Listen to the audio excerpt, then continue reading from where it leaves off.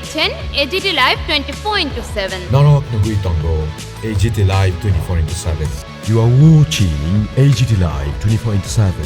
आप देख रहे हैं एजीटी लाइव 24/7। त्रिपुरा प्रदेश महिला कांग्रेस जिंदाबाद जिंदाबाद जिंदाबाद त्रिपुरा प्रदेश महिला कांग्रेस जिंदाबाद जिंदाबाद जिंदाबाद চারিদিকে দিকে না। আপনারা অবগত আছেন যে সারা দেশে যেভাবে একের পর এক মহিলাদের উপর যৌন নির্যাতন, গণধর্ষণ, ধর্ষণ এবং হত্যালীলা সংগঠিত হচ্ছে, সেটা আমাদের ভাবতেও আমরা শিউরে উঠি। যেভাবে নাবালিগ বাচ্চা থেকে শুরু করে এবং 70-80 বছরের মহিলারাও পর্যন্ত এর থেকে পরিত্রাণ পাচ্ছে না। তো আজকে বিগত দিনে পরপর কতগুলি ঘটনা যে ঘটে গেছে, সেটা মূলত কোত্থেকে শুরু হয়েছে।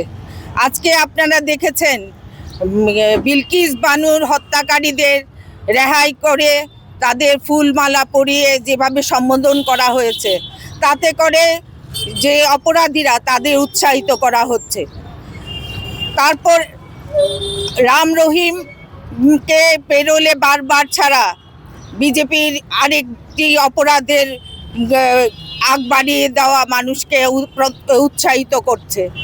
তার মধ্যে আপনারা বিগত দিনে দেখেছেন ত্রিপুরার এই এক ছাত্রী গুরগাঁওয়ে পড়তে গেছে, সেখানে তাকে যেভাবে নৃশংসভাবে যৌন নির্যাতন এবং তাকে গোপনাঙ্গে স্যানিটাইজার দিয়ে আগুন লাগিয়ে দেওয়া হয়েছে। এটা ভাবতে আমরা মহিলা হয়ে এটা ভাবতেও আমাদের শরীরে শিহরণ জাগে যে মানুষ আজকে কোথায় গিয়ে দাঁড়িয়েছে। আজকে কেন এরকম হচ্ছে, বারবার মহিলাদের উপর এইভাবে অত্যাচার শানিত হচ্ছে একের পর এক। আপনারা এর মধ্যে আমাদের পার্শ্ববর্তী রাজ্য আসামের শিলচরে তার বাগদত্তাকে নিয়ে তারা গাড়িতে যাচ্ছে শিলচরের বাইপাস শহর দিয়ে। সেখানে গাড়ি থামানোর পর তারা সেখানে গল্পরত ছিল। রাষ্ট্রবাদী দুষ্কৃতীরা গাড়ি বোঝাই করে এসে তার হবু স্বামীকে মারধর করেছে এবং তাকে গণধর্ষণ করা হয়েছে। 3 দিন পর, ও হাসপাতালে যাওয়ার 3 দিন পর ওর হুঁশ এসছে, জ্ঞান ফিরেছে। তখন তাকে এফআইআর করার পর আমরা তখন জানতে পেরেছি কেন এরকম বারবার হচ্ছে এবং কার রাজ্যে হচ্ছে। বিজেপি এবং মোদি অমিত শাহর বিশ্বস্ত মুখ্যমন্ত্রীর রাজ্যে এই ঘটনা ঘটছে। দিল্লিতে একের পর এক ঘটনা ঘটেছে। আপনারা দেখেছেন তাদের এমপি বিভূষণ শরণকে যেভাবে তারা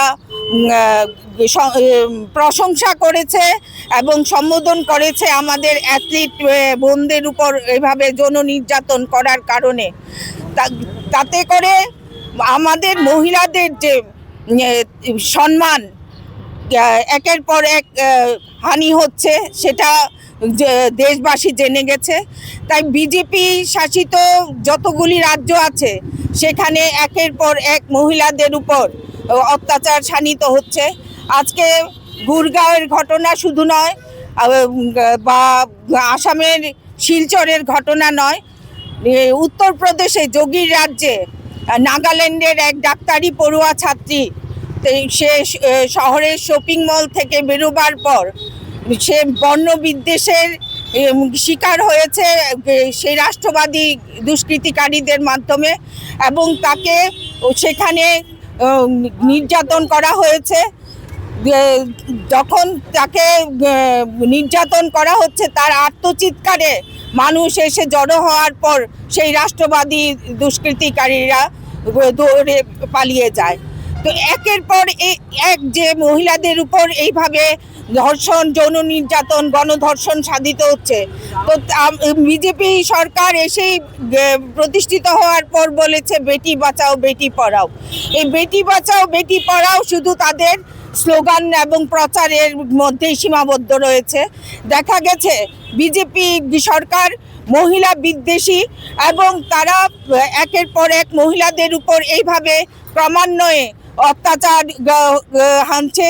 গুরগাঁওয়ের ঘটনায় আপনারা দেখেছেন আমাদের রাজ্যের বর্তমান এবং প্রাক্তন মুখ্যমন্ত্রী তাদের দায় এড়াবার জন্য প্রতিশ্রুতির বন্যা বইয়ে দিচ্ছে।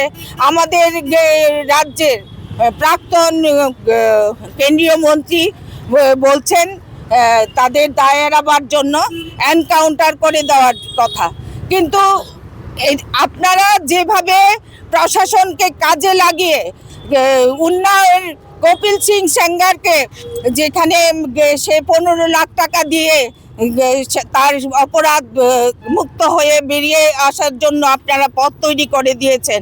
আমি তার জন্য ধন্যবাদ জানাবো সর্বোচ্চ আদালতকে যে আমাদের মহিলাদের এবং দেশবাসীর পাশে সর্বোচ্চ আদালত যেভাবে রুখে দাঁড়াচ্ছেন, যে কপিল সিং সেঙ্গারকে আবার জেলে পুরানোর জন্য ওরা বলেছে, তার জন্য সর্বোচ্চ আদালতকে ত্রিপুরা প্রদেশ মহিলা কংগ্রেসের তরফ থেকে ধন্যবাদ জানাই। এবং একের পর এক এই যে ঘটনা ঘটছে, আমাদের এই রাজ্যের স্বরাষ্ট্রমন্ত্রী হচ্ছে মাননীয় মুখ্যমন্ত্রী, আর কেন্দ্রের স্বরাষ্ট্রমন্ত্রী হচ্ছেন অমিত শাহ। তাদের কারণেই আজকে অপরাধীরা বারবারন্ত এবং মহিলাদের উপর এক ক্রমান্বয়ে ঘটনা ঘটে যাচ্ছে। সেই ঘটনার তীব্র নিন্দা এবং প্রতিবাদ জানাই। তার জন্য অবিলম্বে স্বরাষ্ট্রমন্ত্রী অমিত শাহকে ইস্তফা দিতে হবে, নয়তো আমরা ত্রিপুরা প্রদেশ মহিলা কংগ্রেস এই আন্দোলনকে বৃহত্তর পর্যায়ে নিয়ে যাব এবং যতদিন না আমাদের দাবি মানছে ততদিন আমরা এই আন্দোলন জারি রাখবো।